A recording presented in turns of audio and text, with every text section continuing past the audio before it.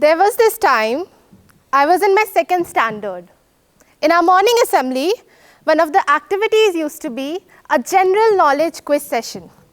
I found it very exciting. And it went like, whosoever gives the right answer first would get a chocolate. Most of the time, I knew the answer. But the fear of judgment crippled me at such a young age that I chose to not speak up. There was a sound constantly yelling in my mind. What if I give the wrong answer? My daily ritual was to get back home and tell my mom about my day at school. And same goes with this incident as well. The only reply she had to it was, what if you give the right answer? Human attention span is so short-lived that people are going to forget that you gave the wrong answer. But your regret of missing an opportunity will stay with you forever. Quite a critical lesson to learn at such a young age, but I'm glad I did, and you'll figure out why. Good morning, everyone. I am Shrishti Singh. I'm a blockchain and Web3 entrepreneur, and I run a services and consultancy company. Let's quickly talk about humans and desire. Desire is the center of humanity. Each one of us sitting here are having some or the other kind of desire, ranging from emotional to physical, intellectual, or even spiritual. Attaining those desires is what one can term as success. 8 billion different people, 8 billion different desires, 8 billion different definitions of success, and 8 billion different ways to attain it. This is how subjective success is. On the other hand, growing up, we are all being taught the same good old definition of success and a conventional path to get it as well. Getting good grades in school, enrolling yourself in a good college, landing a high-paying job, getting a car, buying a home. This is how success has been picturized in front of us, right? But as we grow up, we get to observe things around us, and we get to know what we want from our lives, what success means to us as an individual. And this might contradict our childhood learnings, which are so deep-rooted that it triggers the imposter syndrome. We start questioning our decision. We think that deviating from the conventional path might lead to failure. And this fear of failure, the fear of judgment, and even the fear of unknown keeps pulling us back and compels us to walk on the defined route. And if you are facing this dilemma in your life, let me say this out loud. That unconventional path you're thinking about is worth giving a shot. To build your own brand, you need to take that leap of faith. Trust me, the easiest thing on this planet is to live an ordinary life. But it takes courage to become a case study worth following. There's for sure no secret recipe to success, but there are a few ingredients that remain constant. Let's try to understand a few of them through my story. First, know your definition of success. Know as an individual what you want from your life. It's like creating a vision board for yourself. Don't keep a limiting belief. Don't limit your potential.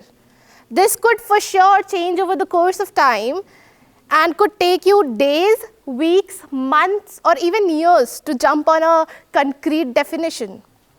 Growing up, success to me was ticking off all the milestones that fall into the conventional path of success.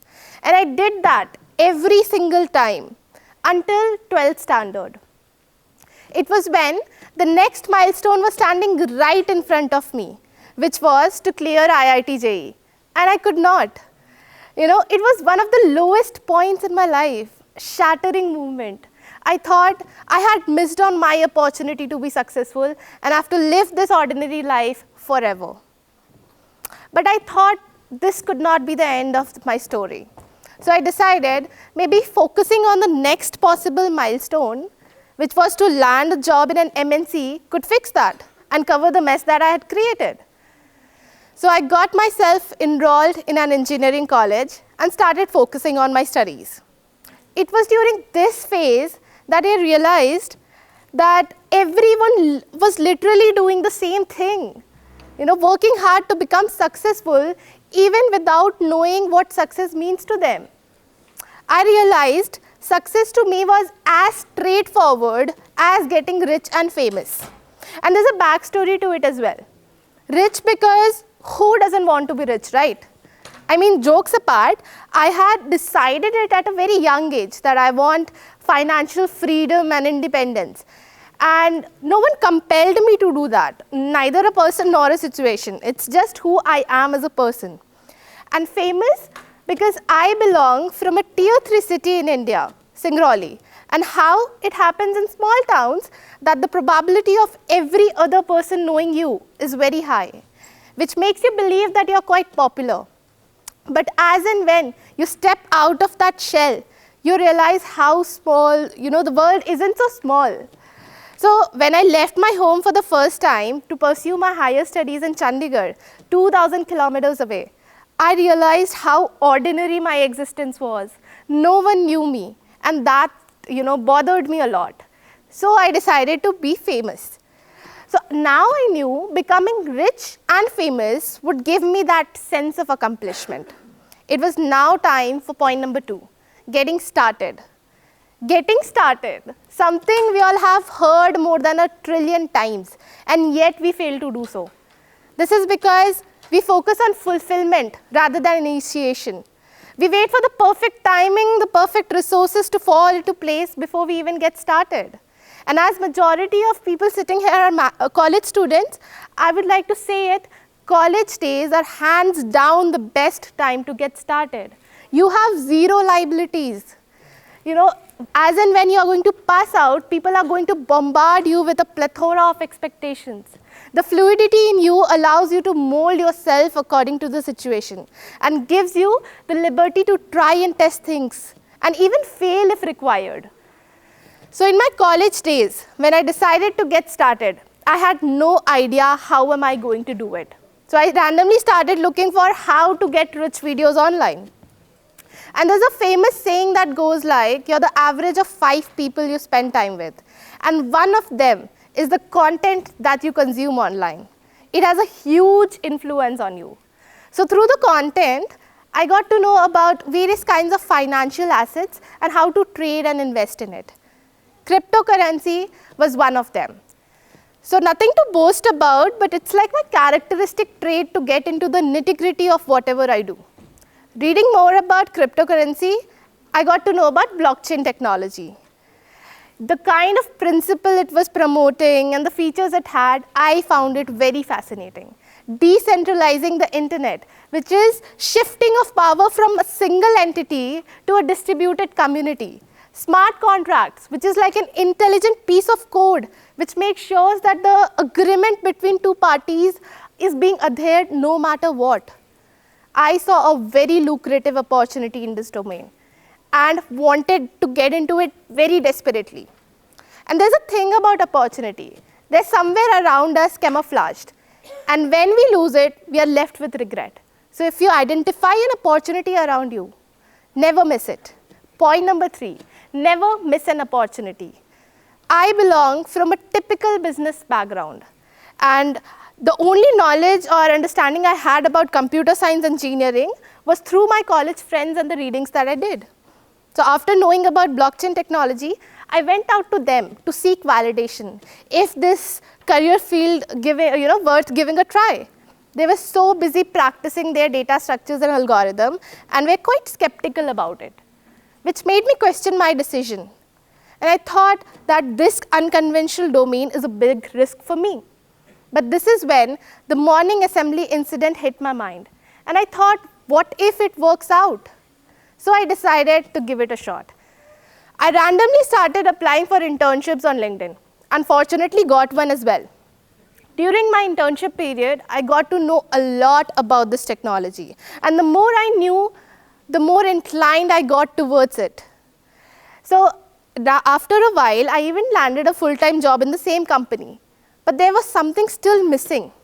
I remember in one of our internal meetings with my fellow colleagues, we were discussing our future plans. And I mentioned out of thin air that I want to start a company very similar to the one we are working for. Everyone on that call, including my co-founder in my existing venture, found that funny. But I didn't. I had a thing for entrepreneurship. I can blame it to my genes as well. I confessed it in front of my parents that I want to start my own venture, but they were not so happy about it. They wanted me to continue with my 9-to-5 thing because it provides you financial stability. I still had that appetite to risk it, but my co-founder didn't. Landing a full-time job was a big deal for him. Which brings me to my fourth point, take calculated risk. The problem with most of us is that we only understand black and white. Either we risk nothing at all or we put everything at stake. It's very important for us to find that gray area. We decided to continue with our 9-to-5, and after our work timings, let's work on the startup. This gave us a gravity-free zone. We could experiment with things and still have that financial stability in hand. Risk only what you can afford to lose. Yes, it took us extra effort, but none of us regret even an inch of it. Now, point number 5, which is the most important point, the all-in approach. Whatever you do, no matter how unconventional the path is, make sure you put your blood, sweat, and tear into it. I remember us working from 10 in the morning till 5 a.m. the next morning, and sending thousands of cold DMs a day to landing our first client, having sleepless nights to that first $1,000 being credited to our account. It has been a roller coaster ride with various highs and lows, but the all-in approach has kept us going. And as it happens in most of the early age startups, that every person has to play all the possible roles. I became HR while hiring people, sales executive while proposing the client, CFO while managing the finances, project manager while managing the project, and how can we forget our roots? We became developers while executing the project. This journey has perhaps helped us grasp and experience all the learnings being taught in any premium B school. So let's quickly conclude how those 5 points helped me in my journey. First, I knew my definition of success, which was as simple as getting rich and famous. Second, I got started in my college days with the limited resources I had. Third, I saw an opportunity in the blockchain domain, and I didn't miss it. Fourth, I took calculated risk, which allowed me to experiment with things and still have that peace of mind in place. And fifth, we went all in.